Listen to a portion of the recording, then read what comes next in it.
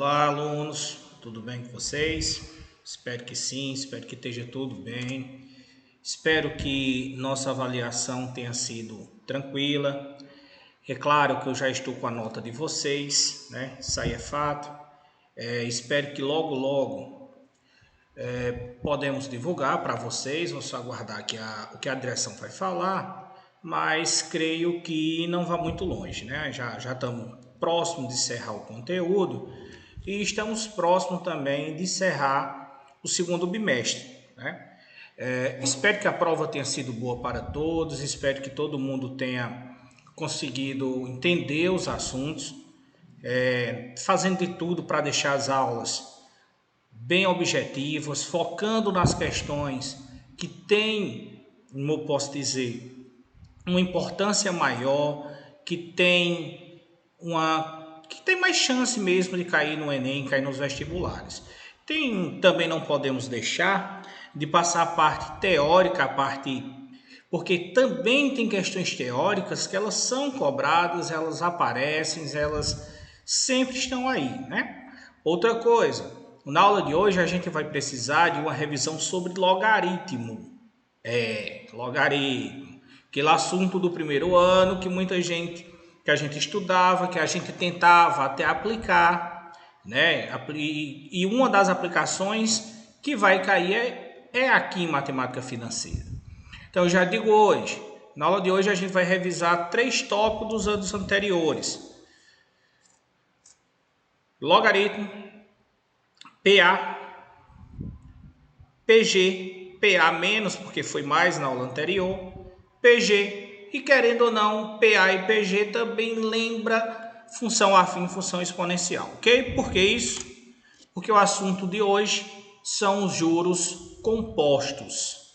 Então eu deixei essa aula de hoje só com juros compostos, porque ela vai ter também as relações entre juro composto e progressão aritmética, que é uma progressão geométrica, e juro composto e função exponencial.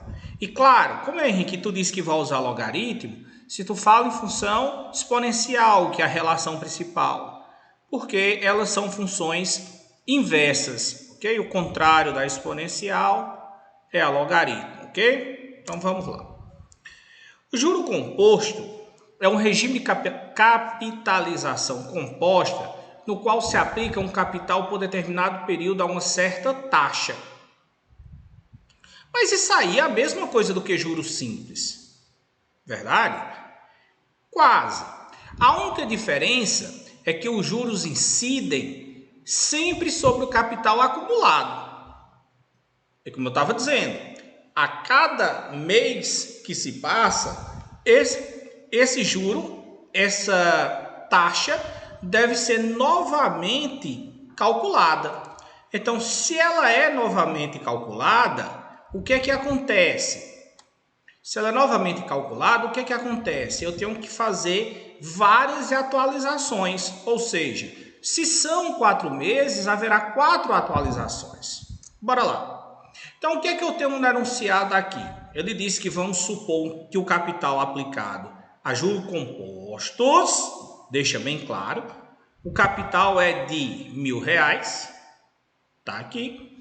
A duração, o tempo, o N ou T, como vocês queiram, 4 meses. E a taxa de 2%. 2 dividido para 100, 0,02 AM ao mês. Olhem que o tempo, o período e a taxa, elas coincidem. Na próxima aula, que vai ser taxas equivalentes, a gente vai mostrar como fazer essas transformações de ao dia, ao mês, ao bimestre, ao trimestre, ao semestre, ao ano, ok? Comparar esses valores. Então, como é que a gente faz? Eu vou mostrar na tabela que a gente calcula diferente da aula anterior nos juros compostos. Comecei com meu capital de R$1.000, calculei quanto era 2%, é só multiplicar. E eu tenho aqui que depois de um mês, eu pego o capital, somo com o juro, tenho um montante, ok? O montante é capital mais juro. Só que A partir do segundo mês, que está aqui, ó, eu não calculo mais o valor sobre esse capital inicial. Eu vou calcular do montante obtido. Então, meu capital agora, ele passa a ser 1.200. Calculo novamente o juro, é só multiplicar. Você pode olhar que o valor, eles já são diferentes, ó. Então, tenho que meu montante, que é 1.020, mais R$ 20,40, tenho como montante no período R$ 1.040,40. Novamente, o montante passa a ser o capital. Vou atualizar multiplicando. O valor da multiplicação é só somar. Somei, tem o valor aqui. E essa operação ela vai ser repetida. Novamente multiplico e vocês podem olhar, ó, que o valor do juro ele sempre está sendo maior do que o anterior. Se o regime fosse de juros simples, eu teria sempre o mesmo juro de R$ 20. Então é justamente isso que o cálculo do montante a juro composto ele tem o seguinte, ó. Que é montante? É capital mais o juro. O juro é o capital vezes a taxa. Então isso serve para o primeiro mês. No segundo mês, ó, já aparece 2 vezes. Então isso vai ser elevado ao quadrado. Para o terceiro mês, ele vai aparecer 3 vezes, ou seja, elevado ao cubo. É por esse motivo que a gente chega na fórmula de montante. O montante de uma aplicação de um capital C, que é o capital inicial, a juro composto, né? Essa fórmula refere-se a juro composto. Você pode olhar que aqui ele coloca logo o montante a uma taxa fixa I após N períodos. Lembre, pessoal, que pode ser o N, pode ser o T. Isso aí não vai diferenciar nada. Então vamos lá. Começar de um exemplo bem mais simples para um exemplo mais complicado. Um pouco mais complicado, que a gente não vai chegar nas questões mais difíceis agora, não. Ele pergunta qual é o montante gerado da aplicação de R$ 5.000, capital, a uma taxa de 1% ao mês. Então, 1% é 1 dividido por 100, 0,01, durante um ano. Então, olha só, como a taxa está ao mês, eu tenho que transformar o tempo em meses. Ok? 1 ano, 12 meses, tranquilo, né? Vamos lá. Montante é capital, 5.000, vezes 1 mais a taxa, 0,01, elevado a N, que é o período, né? O tempo, 12 meses. Qual é o problema disso aqui, pessoal? É a gente pegar esse valor aqui, ó, e resolver. Para isso, nós temos a calculadora científica. Então, olha só. Nós teríamos 1,01. Vou trocar aqui, desculpem, ó, para científica. Desculpa. 1,01 elevado, tá vendo aqui, ó, que tem um valor de x e tem um valor de y. Algumas calculadoras mudam um pouco, mas o símbolo para elevado está aqui, ó, a 12. Igual, vai ter um número bem grande, né? A gente nunca vai pedir que vocês façam isso. E esse valor ele é multiplicado pelo capital. Portanto, 5.634. Correto? Então, o uso da calculadora científica, claro, você só vai usar a calculadora científica se você estiver em casa, né? Então, como seria uma questão dessa no Enem, que não vai vir fácil desse jeito, é claro?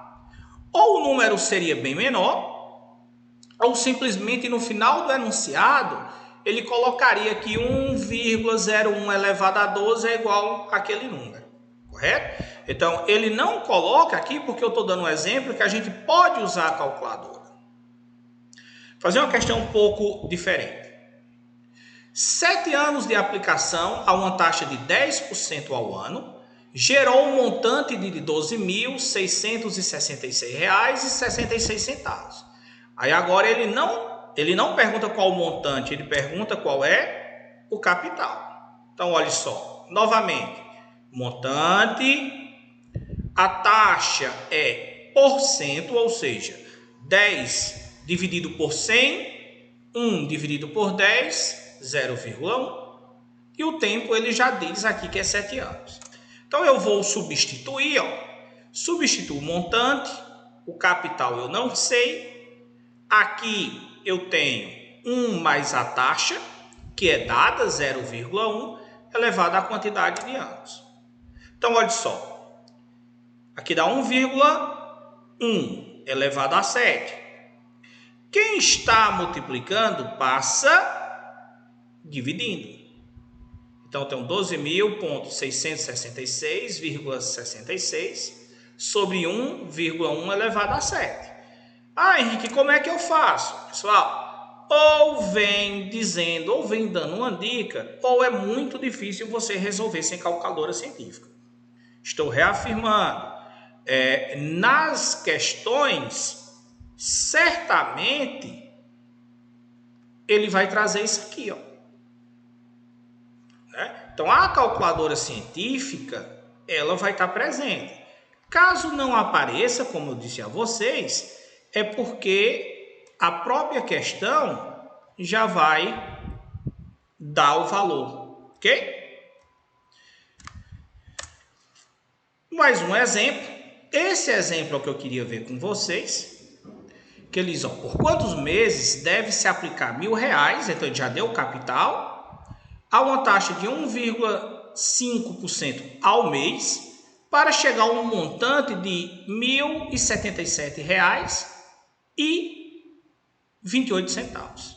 Então, aqui eu tenho minha fórmula de juro composto.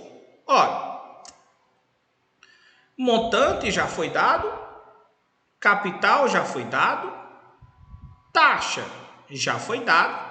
Lembra da taxa dividir por 100. Ok? Então, olha só. O 1.000 que estava multiplicando passou dividindo. 1 mais 0,015, somei aqui, beleza. Dividir aqui, beleza. Dividir por 1.000, a vírgula 3 casas. Aí o problema está agora. Que diabo de número que eu vou colocar aqui para que chegue nesse valor? Se fosse um número natural, eu poderia simplificar o outro lado e usar a função exponencial. Mas, infelizmente, eu não posso fazer isso. Então, quando eu não posso, eu vou usar os logaritmos. Eita, peste, e agora? Isso é nada de muito problema não, pessoal. Eu acrescento um logaritmo em cada lado da equação, em cada uma dos membros da equação, certo? Aí eu vou relembrar essa propriedade do logaritmo. O expoente, logaritmo de A na base B elevado a N. Então, esse N que está sendo elevado, ele passa multiplicando. Então, fica N vezes log de A na base B. Então, o que acontece? Esse expoente aqui, ele passa para antes do logaritmo, ok? Como aqui eu tenho uma multiplicação, eu vou ter agora uma divisão. Então, eu tenho log de 1,00 728. Calculadora. Então, o que é que eu vou pegar aqui? Ó? Novamente na calculadora científica, log de 1,00728. Nesse caso, eu só preciso apertar o log. Ó. Ele já vai dar o resultado. Em algumas calculadoras, de alguns celulares principalmente, eu tenho que apertar o log antes. Então, isso aí, a gente só vai aprender se vocês pegarem a calculadora mesmo e olhando como faz. Então, no meu caso, eu resolvo esse valor, certo? E depois eu faço a divisão. Só para lembrar, isso aqui não é um valor exato, é aproximado. Ah, mas e numa prova? Como é que faz numa prova? Vem aqui, ó. Dados. Log de 1,00728 é igual a tanto. Log de 1,015 é igual a tanto. Porque senão, com esses valores aí, fica muito difícil da gente conseguir resolver realmente alguma coisa. Certo? Então, na próxima aula, eu vou resolver questões mais difíceis sobre esses valores para a gente dar uma olhadinha com mais calma. Me lembre aí, por favor. Então, agora o que é que a gente vai ver que eu estava dizendo a vocês? Nós vamos comparar montantes a juros simples e a juro composto e discutir qual é a diferença entre esses regimes de capitalização. Ok? No juro simples, a taxa é aplicada no capital inicial e no juro composto no capital acumulado. Isso aí é básico. No juro simples, sempre o valor cobrado naquele capital que foi emprestado. E no juro composto, sempre mês a mês, período a período tem que ser refeito. Existe que isso daqui ele é utópico. Nenhuma instituição, nenhuma loja, nada usa o juro simples. Ele é apenas um conceito que é aplicado no dia a dia mesmo, é o juro composto. E nós vamos ter a oportunidade de conhecer as chamadas os regimes de amortização, que é como funciona a questão dos bancos.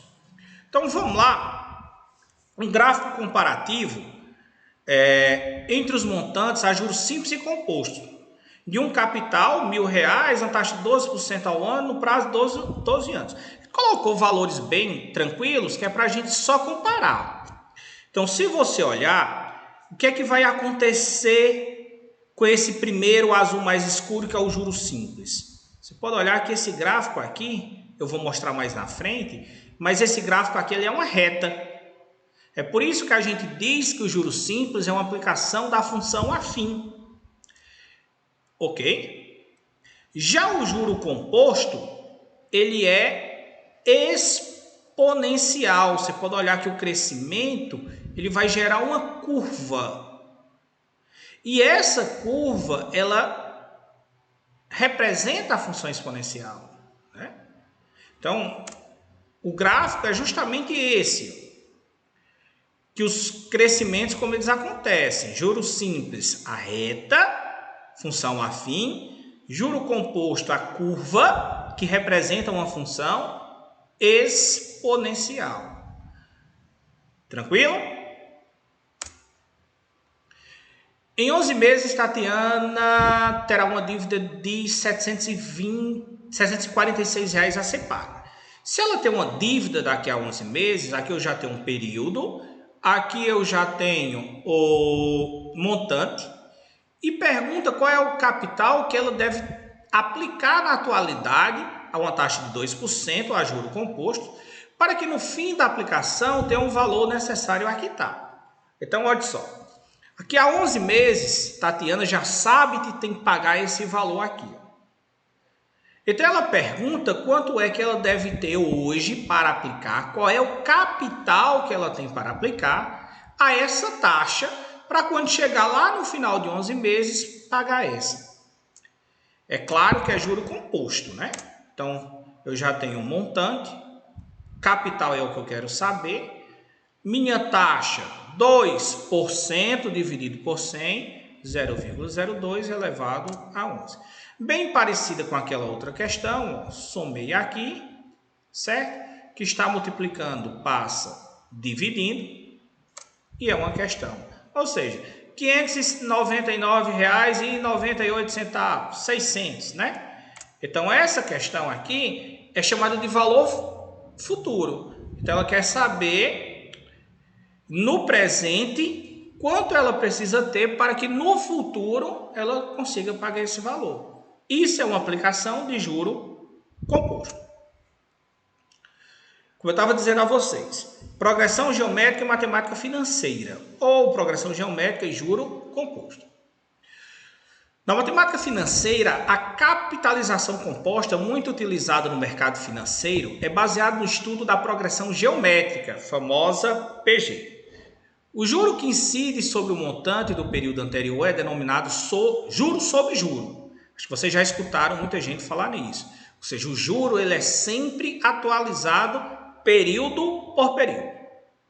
Observe uma situação em que um capital foi aplicado sob o regime de capitalização composta.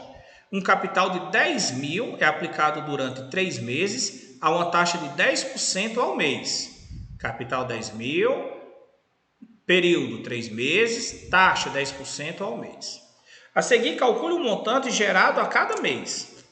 Então, pessoal, ó, 10% de 10 mil é 1.000, né? Então, aumentou 1.000, 2.000, aumentou 1.000, aumentou 1.000, aumentou 1.000. Por quê? Isso daqui é um juro simples, ou seja, o valor é sempre o mesmo, né? Então, seria a chamada capitalização simples, ok? E como a diferença entre dois números é sempre a mesma, nós dizemos que a razão é constante e é uma progressão aritmética. Quando a capitalização é composta, ou seja, juro composto, no primeiro mês é 1.000, você pode olhar que os valores são iguais. No segundo mês, eu vou calcular 10% em cima de 11.000, né?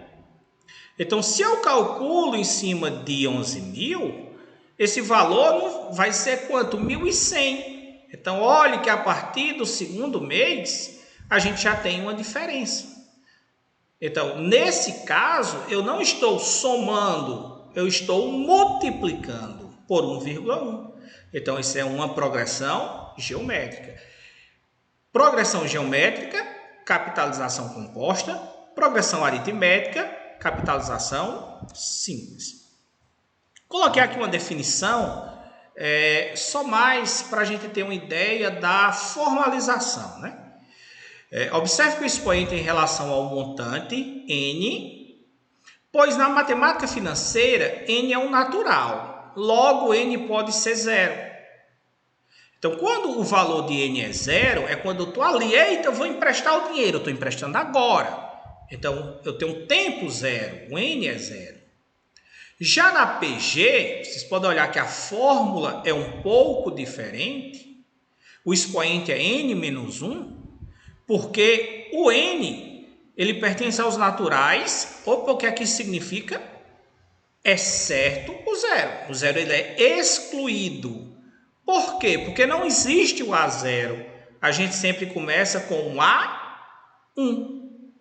Então, a diferença entre as fórmulas é só a questão do ponto inicial. Tranquilo? Vamos para um exemplo aqui. Um capital é aplicado em um fundo de renda fixa, cujo rendimento mensal é de 4% em relação ao mês anterior. Então, se eu estou mudando os valores mês a mês, as duas primeiras alternativas podem excluir. Não pode ser uma PA. Eu estou sofrendo alterações constantes. Então, isso é um juro composto. Juro composto, ele está falando de progressão geométrica.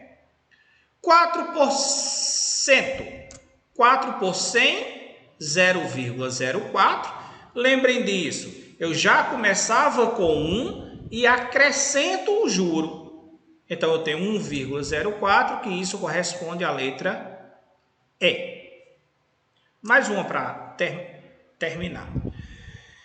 Em matemática financeira, a fórmula de montante já foi dada, né? Gerado pela aplicação a juro composto de um capital num período N, de meses com a taxa fixa inicial I. Então, observando a sequência formada pelos montantes mês a mês, isto é, M1, M2 até Mn, é correto afirmar que PA não pode, não pode, não pode. É uma PG de razão C? De razão? É referente ao capital? Não. É uma PG, só que de razão 1, que é o 100%, que eu já tinha, mais a minha taxa. Tranquilo? Vamos mais uma. Era isso que eu tinha dito a vocês. Ó. Quando eu tenho uma questão desse tipo, imagina aí, ó, 1,01 elevado a 361. Meu Deus do céu, não tem como, né? Desejo ter na minha aposentadoria R$1 milhão. Tá longe. Para isso, faço uma aplicação financeira que rende 1% de juro ao mês, já descontados os impostos de renda e as taxas bancárias recorrentes.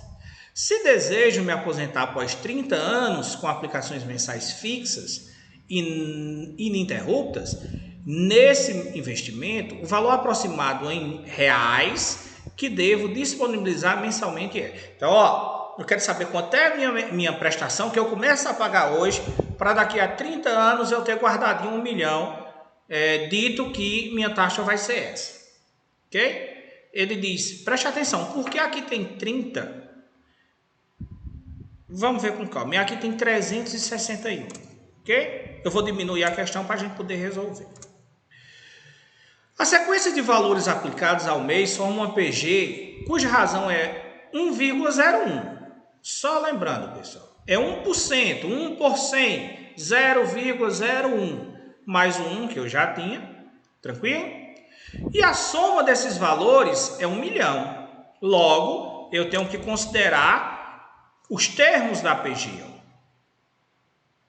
sempre multiplicando cada termo até chegar na fórmula. Olhe que eu estou usando a soma dos termos da PG, certo? Quem é a soma de tudo que eu quero ter daqui a 30 anos? 1 milhão. Quem é o meu primeiro termo? A quantidade que eu vou investir. X. Quantos termos são? O N. Quantos são? Henrique, mas por que 361? Presta atenção comigo. 30 anos. 12 vezes 30 é 360. Mas eu tenho que dar a minha primeira parcela. Então, na realidade, será uma parcela a mais. Mas a gente não vai levar muito em conta isso, porque no próprio enunciado, ele já diz isso aqui, ó. Tranquilo? Novamente, aqui, minha razão, né, o que aumenta. Então, o que é que eu vou fazer aqui, ó? Isso dá 0,01, ok? Quando eu multiplico 0,01 meio pelos extremos por 1 milhão, aqui tem quantas casas decimais? 2, ok? Então, aqui vai ficar, no lugar de 1 milhão, como eu já tirei 2 zeros, fica 4 zeros, 10 mil. Ok? 10 mil. Vou repetir o X. O que é 1,01 elevado a 361? Ok? Substituir por 36. Feito isso, aqui está tranquilo, né? Aqui vai dar 35. 10 mil dividido por 35 é aproximadamente R$286, que corresponde à alternativa B. Então, pessoal, a próxima aula a gente vai iniciar com resolução de questões, pelo menos os primeiros 15 minutos, e o restante eu vou falar sobre, eu vou ver aqui o que é que fica melhor, se ou taxas equivalentes, desconto e e aumento, né? E juro, na realidade, descontos e aumentos. E a gente vai dar uma olhada também como é que eu posso dizer, nos modelos financeiros utilizados para amortização de capitais em banco, ok? Pessoal, vamos estudar. Boa tarde, bom dia, boa tarde, boa noite, sei lá o que é que eu falo mais. Tchau, tchau, pessoal.